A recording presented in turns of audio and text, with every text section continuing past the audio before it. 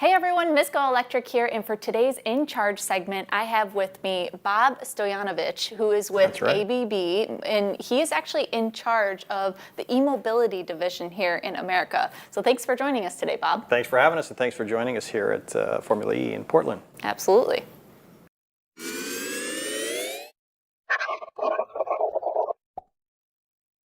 I'm really excited to sit down and talk a little bit more, not only about your background, but this whole Formula E conversation, because ABB's been a part of Formula E for a really long time, but you've also been a part of ABB for a really long time. So I really want to get insight on where you started in the company, because as far as I know, you kind of got into the grid category, but you've made your way all the way up to the e-mobility sector in ABB. So can you talk about that journey? Sure. Yeah, I mean, it's been very, you say I've been part of ABB, more like ABB's been part of me for the last 23 years. So I came over to ABB in 1999, so November 15th, I remember the date exactly. I came over from a competitor, and I was in the variable frequency drives business, which is quasi-energy efficiency industrial automation business. So pretty much everything that you make uses electric motors, and that's part of the process. And then over the years, I branched off into other parts of the business. So ABB makes all kinds of industrial automation equipment on the electrical side, so anything from contactors to circuit breakers to the things that go to connect everything to electricity to the automation system. And then at some point, because I lived in California, they bought the whole sales force together to sell the entire infrastructure packages to energy companies. So over the years, there's big booms in thermal power, gas, electric, and then eventually wind came on and solar came on. Because I was in California, I was in touch with the customers that were developing those projects. We could see the trends coming. So it was kind of an integral process of getting the company to invest in those segments, either through R&D or an effort to at least sell to them, right? And then from there, because solar was so popular in California, I got into the solar vertical markets. So that effort was to try and get all of ABB to invest time and money in helping expand that market in North America. And then there was kind of a natural bridge from solar to microgrids. So there was a big effort in ABB at the time to get into microgrids, which effectively, like it sounds, is a mini grid within a grid. So if the grid fails, you have a sustainable, reliable system to support whatever the process is. And from there, another key piece to that was electricity was getting into transportation from a vehicle standpoint, not just rail, but EVs came along. So being in California, the forefront of the EV boom in the U.S., was again closer to the market, closer to where things are happening, kind of able to see the trends coming before they hit. So I joined that business in 2017. There are these expectations that the grid can't support the onset of EV adoption that is coming to the market. So what would you say the reality of that is from your perspective? So I've heard that a lot when I was in solar. I heard that when I was even in microgrids and in EVs. I mean, it's an easy thing to say.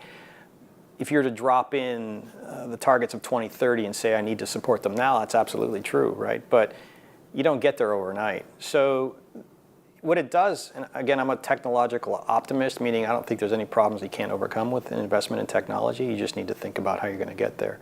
And there's a lot of thought going into this. So it's not, I mean, it's hard to believe that you can get there, but you can, and I've seen us get there. People never thought you could get the price of solar panels under $1 a watt, right? Yeah, absolutely. And here we are, right? So now the utilities are doing everything they can in order to incorporate it as part of their grid. So. Now, I've heard from a lot of business leaders that it is cost prohibitive to build facilities here, to make things here in the United States. You guys have an office in California. You are pretty much all over the U.S., it seems, because you have 40 different facilities. You have 20,000 employees in the American market. So can you talk about why it's important to build here and the costs associated with that? Yeah, so I think that's a common misperception. I think even now you're starting to see some wider trends in the industry where factories are starting to get built in the U.S. again. So I think the experiment offshoring is kind of completed and people figured out what's good and what's bad about it. We've always been a global company, so we have factories all over the world. What we try and do is we invest in the markets that have a need, right? So the U.S. is still the #1 economy in the world. We're a little slower on EV adoption than some of the other countries, but we've got all the learnings where we have stiffer competition in other markets. So what we've learned over these years is that your future is secure as long as you have a good offering, right? And a good offering doesn't necessarily mean best price. It just means that you have to have the right value for what you're delivering, right? So that's sustainable. That's sustainable business. But coming in just at the lowest price doesn't get you anything. I think we've all had that experience. You buy the lowest price thing, and sometimes you get what you pay for, right? So that's the path we're taking on this one. For sure. So another portion of this, obviously we're here for Formula E, and your partnership with them has been pretty long-standing for many years, so that's kind of exciting. But what would you say the impact of your involvement in Formula E has done globally? Because this is a global racing series. Yeah, it's a fantastic event globally. I think what it does is it brings home to people that you can do something like this at a highly competitive scale successfully. I mean, it's one thing to imagine yourself driving an EV on your day-to-day life. It's another thing to see high-performance vehicles race around the track in every country in the world. And it shows people that we're there, right? It makes you wonder, why am I not there already? Yeah, for sure. And what do you think that is done for the United States market? Because we've seen racing series like Formula One really boom here, and people actually taking attention to motorsport. Do you think that the impact of Formula E is getting a little bit of more attention because of that?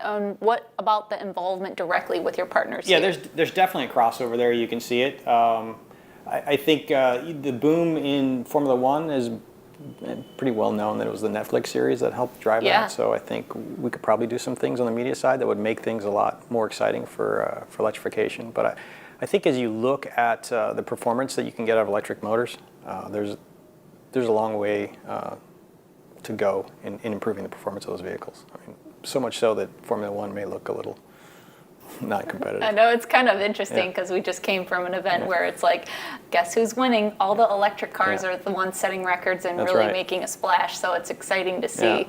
But let's talk a little bit about charging infrastructure, because that's kind of the element that you're playing into as well here in Formula E. So can you talk about your involvement with the charging stations that you have in the garages at the Formula E races? Yeah, absolutely. So we're lucky to be the official charging partner of Formula E this year. So we've got some of our chargers that have been converted to be portable units that travel around with the event, and they're used to charge all the vehicles for the race. And they're a little bit lighter weight, as I've understood, for this particular series, just to kind of minimize the logistics impacts and things like that, right? Are there any other changes that you've seen over the years that you've made to your equipment, not only in the racing series, but that have impacted the products that you actually sell to your customers? Yeah, so for the racing series, it's clearly anything you can do to make them more resilient to withstand travel and vibration. I think that's the hardest part. The charging is actually not the hard part. The hard part is getting it from site to site and making sure it's intact and functional and tested. So that's probably the biggest engineering challenge with that. And I think the benefit from that is you look at the way your products are designed and see what you can do to make them lighter, more reliable, more responsive, right? So how that translates to the field is you learn some hard lessons on reliability, and then you implement your changes. All right, so there is the National Electric Vehicle Infrastructure Program that's getting put into place, and a lot of companies are rushing here to the United States to manufacture products for that program. You guys are building some of your products that also meet those requirements for the NEVI funding, 180 kilowatt over in South Carolina. So can you talk about the ramp of production, the volume out of that factory for those particular units and how that's being affected by the NEVI program? Yeah, absolutely. So we saw this coming for some time, and we were going to domesticate manufacturing anyway. We just needed to get to the volume that was necessary, and over the last 3 years we've seen quite a boom just in the organic market. So having federal and state funding help drive the business further just made the investment a no-brainer. So we've been working on this for some time. Supply chain's the biggest challenge, but we do have a product that is going to satisfy the NEVI requirements. We're going for Wave 2, which has got a 55% U.S. steel content piece to it. So we're ready to go with that today, so we can manufacture that product today. And we're also making some smaller chargers to support some of the bus charging, depot charging requirements that also have a requirement for Buy America components. So with that, we hope to invest further in production for the rest of the U.S. market. In fact, we're feeding some of our customers with some non-NEVI chargers out of that facility right now. So. I will say I was on an education program with Nissan at the beginning of the year, and actually at those dealerships I stopped and charged at a lot of the ABB smaller 24 kilowatt units that they have at the dealerships. So could you talk a little bit on the foothold that you have in that market, because dealership and the service side of charging infrastructure is also really important. Yeah, well, that's an interesting point, because people forget that before you electrify the rest of the country, you probably need to electrify the places where you're going to pick up your vehicle, so that the people can pick up a vehicle and actually take it for test drive or take it home. And there's things that people are not aware of, or that there's a requirement that there's a minimum low state of charge on the vehicle when they're unloaded at the dealer, so they have to charge them up. Now, the size of charger you put at a dealership is dependent upon the infrastructure at the dealership. So if you can't take a 50 kW charger or a 150 kW charger, you take what you can get.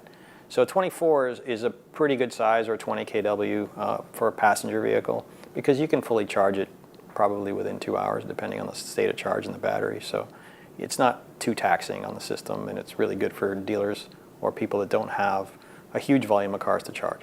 Yeah, and it seems like you have quite a few out in the field right now. What would you say is kind of your mix and estimate of that? Ooh, the mix is, yeah, that's a good question. It's misleading, because there are a lot of dealers in the country. I'm going to say there's probably 16,000 dealerships in the United States. So if every one of them gets one, that's a lot of little chargers. But we'll see a proliferation of both, because I think there's a flexibility piece to it, as you can charge more cars with smaller chargers all at the same time, rather than wait in line for the faster charger. So the numbers are probably going to be 2 to 1 for the small ones. All right, so we have seen a lot of DC fast charging come to the market with varying speeds and lessons on thermal optimization and things of that nature. Can you talk about, since the competition is very stiff, can you talk about the ways that ABB's products for DC fast charging stand out? Yeah, so there will always be competition. If there's not competition, you're probably not in a good market. So we're aware of that, and we're investing in R&D to make sure that we cover the most needed products in the field. So there's a couple different markets. So you can look at public charging, and you can look at fleet charging. They're both very important to us. And then there's the residential stuff. What we're doing, I think, that's important for both fleet and public, is we've invested a lot in service, right? Because it's important that those products work, and you can't just expect them to sit out in the public and get used and abused and continue to work. So you need to have a good service protocol, preventive maintenance, active field response, because things go wrong.